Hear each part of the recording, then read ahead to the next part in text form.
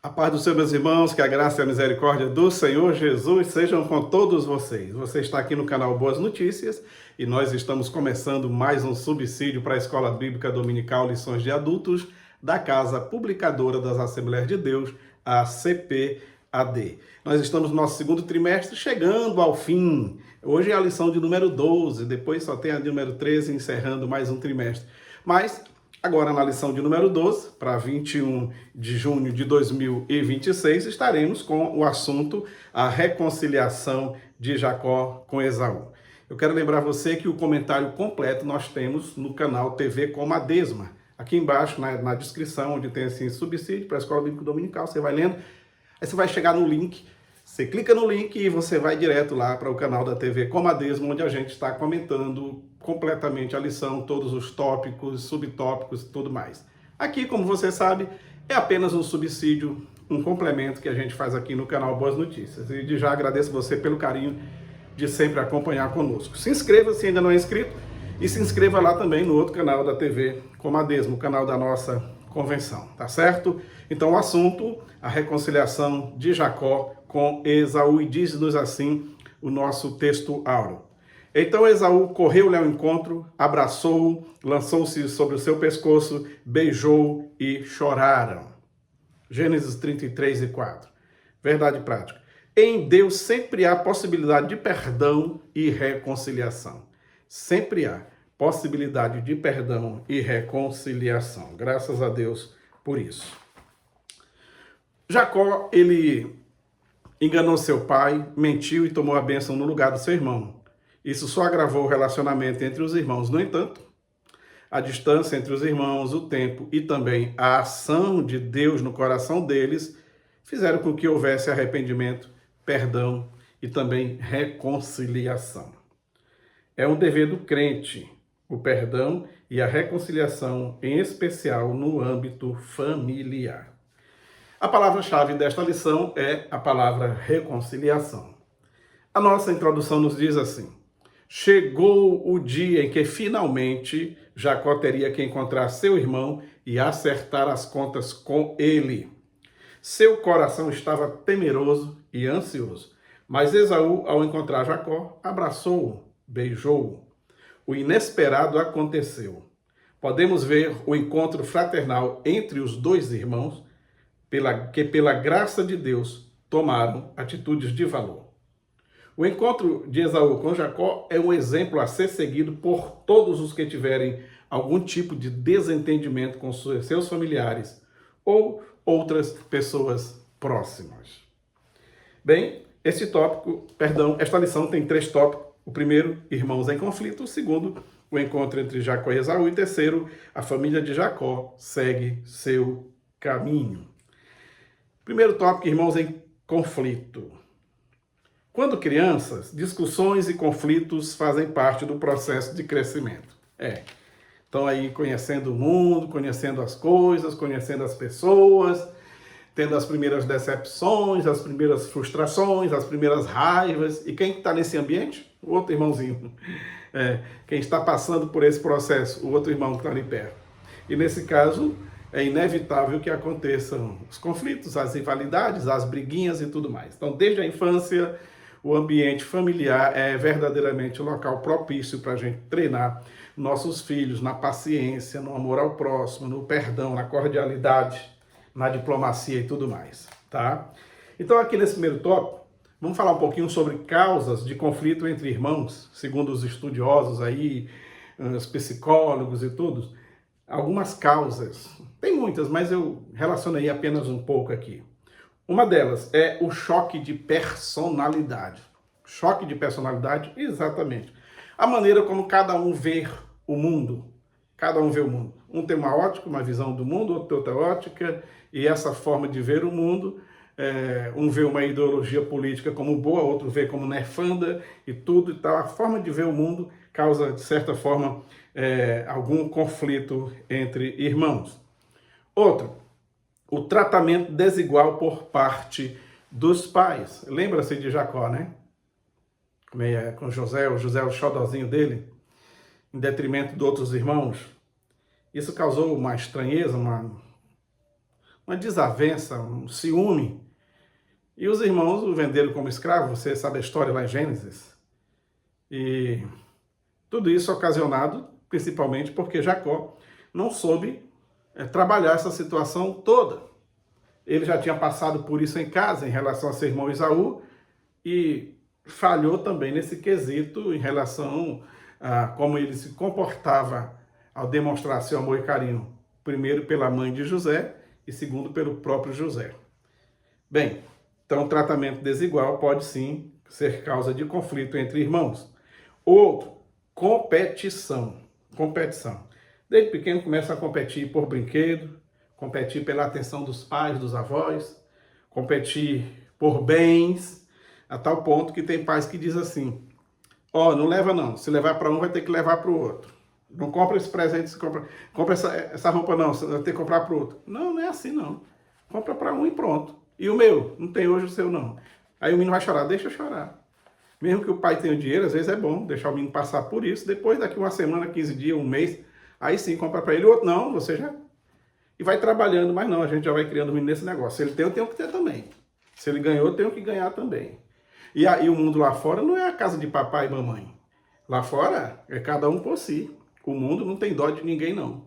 O mundo não é o colo da mamãe, não é os ombros do papai, que vai pegar o rapazinho que de repente vai para a faculdade, vai para a vida, vai para o primeiro emprego, e quando chega lá, aqui, quando vê a concorrência e tudo, e não tem ninguém para dizer, ah, esse funcionário ganhou esse aqui também tem, não.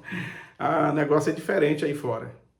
E aí se frustra muitas vezes, porque já desde casa começou a competição em tudo. Outra é a comparação direta, outra causa de conflito. Como é a comparação direta? Quando o pai ou a mãe vira para um filho e diz, por que você não é igual ao seu irmão? Por que você não faz conforme o seu irmão faz? Por que você não é inteligente que nem o seu irmão? Por que você não estuda que nem seu irmão estuda? E vai fazendo estas comparações e isso, de certa forma, causa uma tristeza, é como se fosse um soco no estômago. Então, a comparação direta pode sim também ser causa de conflito, porque às vezes o filho não tem como agir com os pais, a sua frustração, joga no irmão e vão brigar. Ainda, diferença de sexo. Menino é diferente de menina. Menina é menina e menino é menino.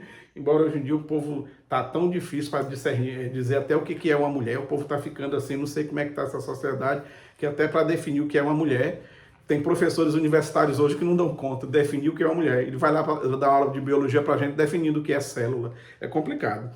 Então, a diferença de sexo também pode causar conflito, certo? A diferença de idade também. Quanto mais distante, mais complicado. Imagine aí o rapazinho, o menino que já tem seus 12 anos de idade, agora é que os pais resolveram ter o segundo filho. Aí o segundo filho chega. São dois que não vão ter com quem brincar. Por quê? Porque o que tem 12 anos, quando o outro começar a brincar, tiver seus 3, 4 anos, entendeu? Ele já está com seus 15, 16, já está querendo namorar. Não está querendo andar com criança. Aí o pai, ei, tu tem que andar com teu irmãozinho. Um rapaz de 14 anos, 15 aqui, andando com um menino de 4 anos, como se fosse o cuidador, é complicado. Então, ele viveu a sua infância sem ter um irmãozinho para brincar. E o outro agora chegou, o que tem não quer brincar com ele, porque são diferentes demais na idade. Termina apenas sendo um cuidador do menor. E aí essa diferença de idade também pode causar, de certa forma, algum conflito entre irmãos, porque o mais velho quer exercer autoridade, quer exercer poder. No entanto, o mais novo quer a autonomia que o mais velho já tem. Então, quer exercer poder, o mais novo quer autonomia, e isso pode gerar conflito, certo? Bem, no nosso terceiro tópico, a família de Jacó segue o seu caminho. Vamos pular para esse tópico aqui. A família de Jacó segue o seu caminho. Cada um foi para um lado. Esaú foi para o seu lado, os edomitas foram morar mais para o sul do Mar Morto, muitos habitavam em caverna e ficaram ali um povo separado. E os dois não viveram na mesma terra, não compartilharam o mesmo pasto, viveram como dois irmãos, com os servos, todo mundo junto, não. De Esaú saiu os edomitas ou idumeus. E de Jacó veio o povo de Israel, os judeus, certo? Então, cada um seguiu o seu caminho. Isso foi bom? Foi. Exatamente porque o Esaú, a sua descendência não seguiu fielmente como servos do Deus de Abraão, Isaque e de Jacó. É por isso que Deus nunca é chamado de o Deus de Abraão, Isaque, Jacó e Esaú. Esaú nunca teve o seu coração inteiramente voltado para Deus e a sua descendência também não. Inclusive tiveram o seu próprio ídolo, né? O seu ídolo para ser adorado por eles, os edomitas. Ok? Então, eu quero falar um pouquinho sobre quando e por que manter distância, claro, de forma saudável, dos parentes. Quando e por que manter distância dos parentes. Parece uma coisa esquisita isso, manter distância dos parentes. Eu estou falando de forma saudável. Então vamos lá. Existem situações, sim, como Esaú e Jacó se perdoaram, choraram, se abraçaram, fizeram os dois depois o enterro do pai deles, né, do Isaque, mas não viveram entranhados uns com os outros o tempo todo, não. Então vamos ver aqui, quando é que manter distância dos parentes pode ser saudável?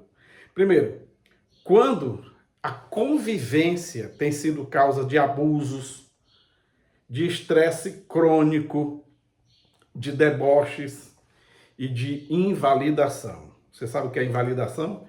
É quando a pessoa faz tudo para te diminuir. A pessoa faz tudo para te invalidar. Então, se essa convivência familiar, ela é uma convivência que a pessoa sofre abuso, vive com estresse causado por essa convivência, a família o tempo todo usa de deboche, de invalidação, nesse caso, a distância pode ser um limite saudável. A distância. Manter a distância pode ser limite saudável. Um limite saudável. Exatamente.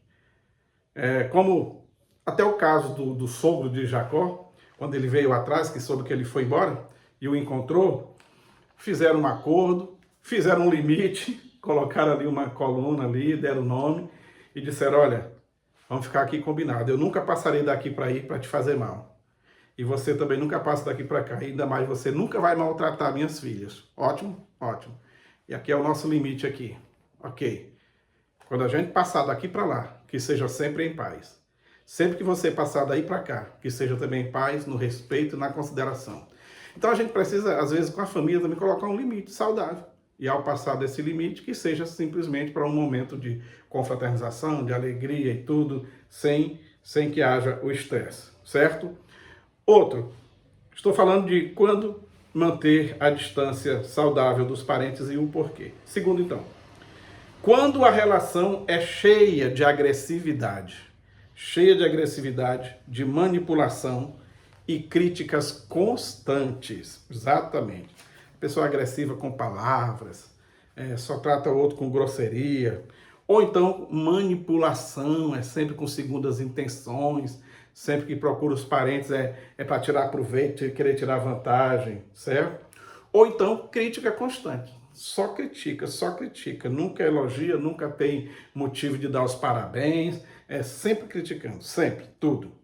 Nesse caso, a distância ajuda a preservar a autoestima. Ora, se meus parentes só me tratam com agressividade, só me manipulam, só querem tirar vantagem de mim e só criticam tudo que eu faço, então querem acabar com minha autoestima. Nesse caso, a distância ajuda a preservar a autoestima, certo? Mais um aqui. Quando há intromissão na vida pessoal. Quando há intromissão na vida pessoal. Tem parente que não pede licença não, já chega se intrometendo e se intromete na sua carreira, se intromete nas suas decisões e até mesmo nas vontades da pessoa. Tem aqueles que são muito, sabe? Então, quando há intromissão na sua vida pessoal, e eu digo uma coisa, ninguém invade a vida de ninguém. As pessoas só entram até onde a gente deixa. As pessoas só vão até onde a gente permitir. Se por um momento você foi permissivo demais e deixou as pessoas entrar demais, não cortou logo, complicou, né? Mas tudo tem seu tempo e aí você pode dar um basta nessa situação, tá? E vou repetir, quando há intromissão na vida pessoal, na carreira, nas decisões e até mesmo nas vontades, isso é muito prejudicial e nesse caso manter distância é saudável. Quando não respeitam realmente os teus limites. Nesse caso, a distância ajuda a preservar a tua individualidade. Individualidade. Até no jeito de criar os filhos, todo mundo quer dar pitaco, né? É complicado. Bem, quando não valorizam as tuas conquistas, por tudo fazem disputas e não apoiam teus projetos e ainda minimizam o teu sucesso. Nesse caso é bom manter distância. Vou repetir. Quando não valorizam tuas conquistas, quando por tudo fazem disputas, quando não apoiam os teus projetos e minimizam o teu sucesso. Pronto. Não valorizam aquilo que você conquistou. Estudou, conseguiu um diploma? Dá aquele parabéns em amarelo, sabe? Sem graça. Tá? Ou quer disputar tudo enquanto. Tudo enquanto. As conquistas, as posses, os bens, ainda na vida adulta, igual quando era criança. Ou não apoia o teu projeto. Você está precisando de um apoio para um projeto, para uma ideia, para algo novo que você quer fazer, para um empreendimento. Tanta gente dá uma palavra, tanta gente diz é bom, e os parentes às vezes são os meus erros. Não entra nisso não vai dar certo não. Rapaz, tudo. Complicado. E quando minimiza o teu sucesso, você consegue alguma coisa, você consegue subir, você consegue um patamar na vida, você consegue uma situação melhor, e as pessoas, às vezes parentes, quando é qualquer um, tudo bem.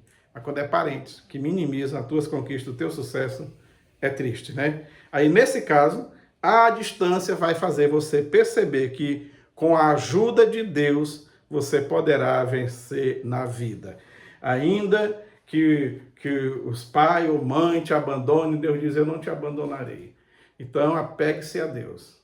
Ame a sua família, não despreze a sua família, não despreze os teus parentes. Mas desde o começo da Bíblia, que já está escrito em Gênesis 2:24, deixará o homem seu pai e a sua mãe, apegar-se-á a sua mulher.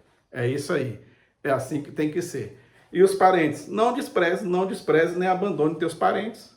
Porém, veja se há necessidade de manter distância saudável. Se tiver, mantenha a distância. Já está escrito na traseira dos caminhões, evita muito acidente, certo? E mesmo porque nós só seremos decepcionados, nós só seremos...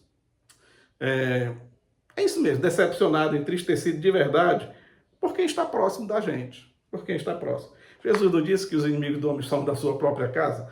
Agora, vigiemos que no que depender de você, no que depender da gente, vamos para aquela regrazinha que diz assim, no que depender da gente, tenhamos paz com todas as pessoas. Tenhamos paz com todos os homens, tá certo? Que nós possamos viver num ambiente familiar com os parentes, com os primos, os cunhados, as cunhadas, sogros e sogras, todo mundo debaixo da bênção de Deus. Que Deus nos abençoe, e se você tem alguma demanda com o seu parente, assim como demorou 20 anos, mas Jacó teve que resolver a situação, o tempo não vai resolver. Procure resolver a situação com teu tio, com tua tia, com teu pai, com tua mãe, com teu irmão. Resolva a situação, principalmente se você é crente, servo de Jesus. Temos que viver o Salmo 133, que diz, ó quão bom e quão suave é que os irmãos vivam em união. Amém?